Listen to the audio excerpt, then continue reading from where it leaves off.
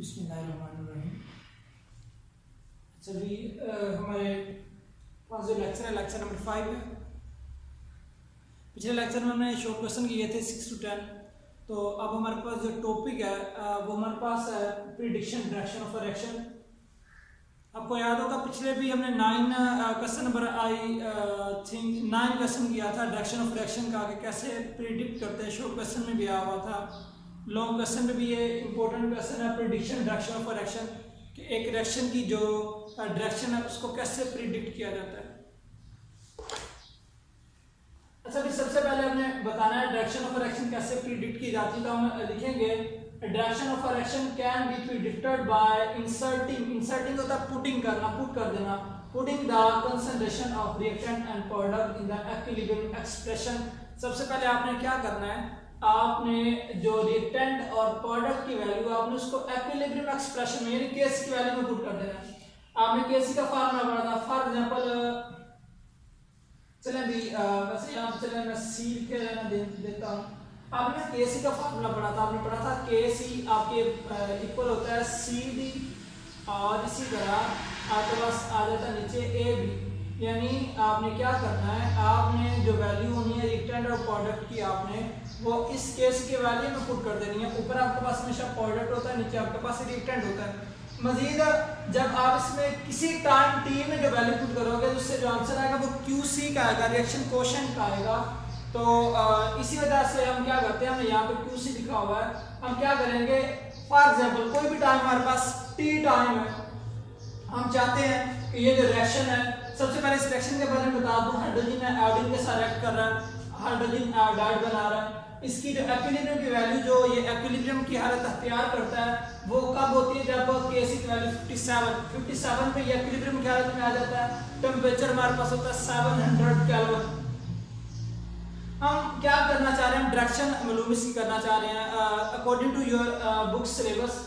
आपकी बुक के सिलेबस के मुताबिक जो टॉपिक ऐड किया है, हम फॉर एग्जांपल फर्ज किया हम एक खास टाइम पे, हम खास टी टाइम पे हम चाहते हैं कि डायरेक्शन फाइंड करना, इस डायरेक्शन की क्या डायरेक्शन होगी। हमने क्या किया, हमने सैंपल को विद ड्रा किया, हमने सैंपल को बाहर निकाला। हमने जब देखा हमारे पास हाइड्रोजन जो 0.10 मोल पर डेसीमीटर क्यूब पड़े हुए थे, आयोडीन हमारे पास 0.20 मोल डेसीमीटर क्यूब पर क्यूब पड़ी हुई थी, और हमारे पास जो हाइड्रोजन आयोडाइड बना था वो हमारे पास 0.40 मोल डेसीमीटर पर क्यूब जो है वो बना हुआ था। हम इनफैक्ट क्या चाह रहे हैं, हम चाह रहे हैं डायरेक्शन फाइंड करना कि डायरेक्शन की जो है वो डायरेक्शन क्या होगी। हम क्या करेंगे, यही वैल्यूज को हम क्या करेंगे, इस वैल्यूज में पुट कर देंगे। यानी यहाँ पे हमारे पास ये हमारे पास ए को जाहिर करेगा, ये हमारे पास बी को जाहिर करेगा, ये हमारे पास सी को जाहिर करेगा। यानी ये हमारे पास रिएक्टेंट है और ये हमारे पास प्रोडक्ट है। प्रोडक्ट हमेशा यहाँ पे जिस तरह मैंने लिखा, प्रोडक्ट हमारे पास ऊपर आती है, ये प्रोडक्ट हमारे पास ऊपर आ गई, यानी न्यूमरेटर में आ गई। तो हमने जब लॉ ऑफ मास सेक्शन पढ़ा था वहां पे हमने बात की थी कि जो हमारे पास नंबर ऑफ मोल्स होते हैं वो पावर्स में जाते हैं। यहाँ पे नंबर ऑफ मोल्स 2 बन रहे हैं, तो ये 2 क्या चला जाएगा, पावर में चला जाएगा। इसी तरह रिएक्टेंट नीचे वैसे वैसे। एक बात आपने ध्यान रखनी है, नंबर ऑफ एटम्स वाली गलती नहीं करनी, नंबर ऑफ एटम्स को पावर में नहीं लेकर जाना। ये नंबर ऑफ एटम्स वैसे के वैसे आएंगे, सिर्फ नंबर ऑफ मोल्स जो होता है वो पावर में जाता है। और बच्चे जो सबसे बड़ी गलती करते हैं लॉ ऑफ मास सेक्शन में भी और इस तरह चीजों में भी, वो कहते हैं यहाँ पे प्लस लगा हुआ है तो यहाँ पे भी प्लस आएगा। तो यहाँ पे अगर प्लस लगाते हो तो रॉन्ग हो जाता है, क्योंकि आपने डेफिनेशन में ही पढ़ा था, ये हमारे पास होती है product of the molar concentration.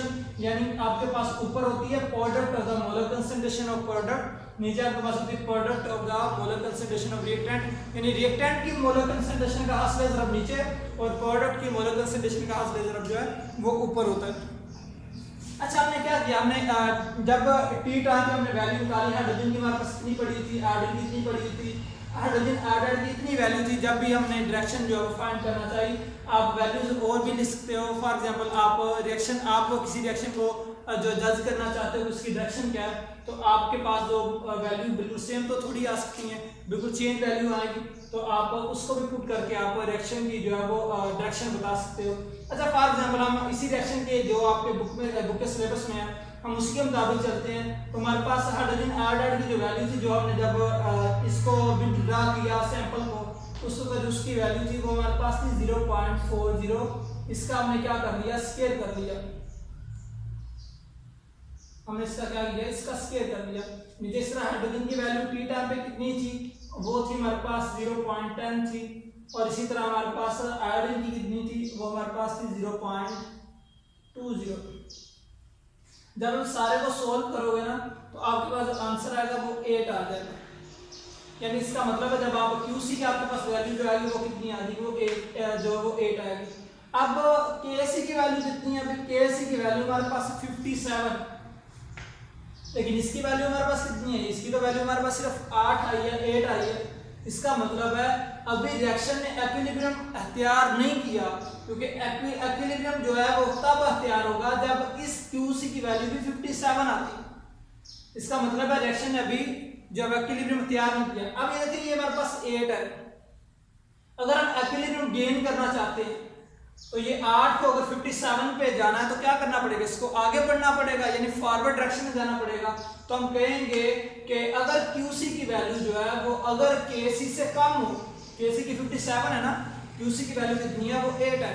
अगर QC की वैल्यू कम हो KC से तो जो डायरेक्शन होगी रिएक्शन की वो फॉरवर्ड होगी। यानी दूसरे वर्ड में आप कहोगे अगर if QC less than KC या KC ग्रेटर देन QC, तो आपके पास डायरेक्शन क्या होगी, डायरेक्शन आपके पास होगी फॉरवर्ड। अगर हम इसी के रिवर्स चलते हैं, फॉर एग्जांपल मैं कोई और वैल्यू पुट करता हूं, मैंने कोई और वैल्यू पुट की, फॉर एग्जांपल मेरे पास आंसर आ गया 65 आ गया। फॉर एग्जांपल QC की जो आंसर है वो फॉर एग्जांपल मेरे पास 65 आ गया। अब KC की वैल्यू क्या है, KC की वैल्यू तो 57 है, इसका हमारे पास QC का आंसर आया 65। तो इसका मतलब है ये तो इक्विलिब्रियम को क्रॉस कर चुका है। तो इक्विलिब्रियम पे आने के लिए इसे क्या करना पड़ेगा, इसे 57 पे आने के लिए इसे क्या करना पड़ेगा, ये तो बड़ा है ये छोटा है, इसे रिवर्स आना पड़ेगा। यानी 65 को 57 पे आने के लिए क्या करना पड़ेगा, बैक आना पड़ेगा। तो इसका मतलब है जो डायरेक्शन होगी वो रिवर्स होगी, कब, जब QC का आंसर KC से बड़ा हो जाए। तो यहाँ पे हम लिखेंगे कि इफ अगर हमारे पास जो QC है उसकी वैल्यू ज्यादा हो जाए KC से, फिर हमारे पास जो डायरेक्शन आती है वो कौन सी आ जाती है, वो रिवर्स आ जाती है।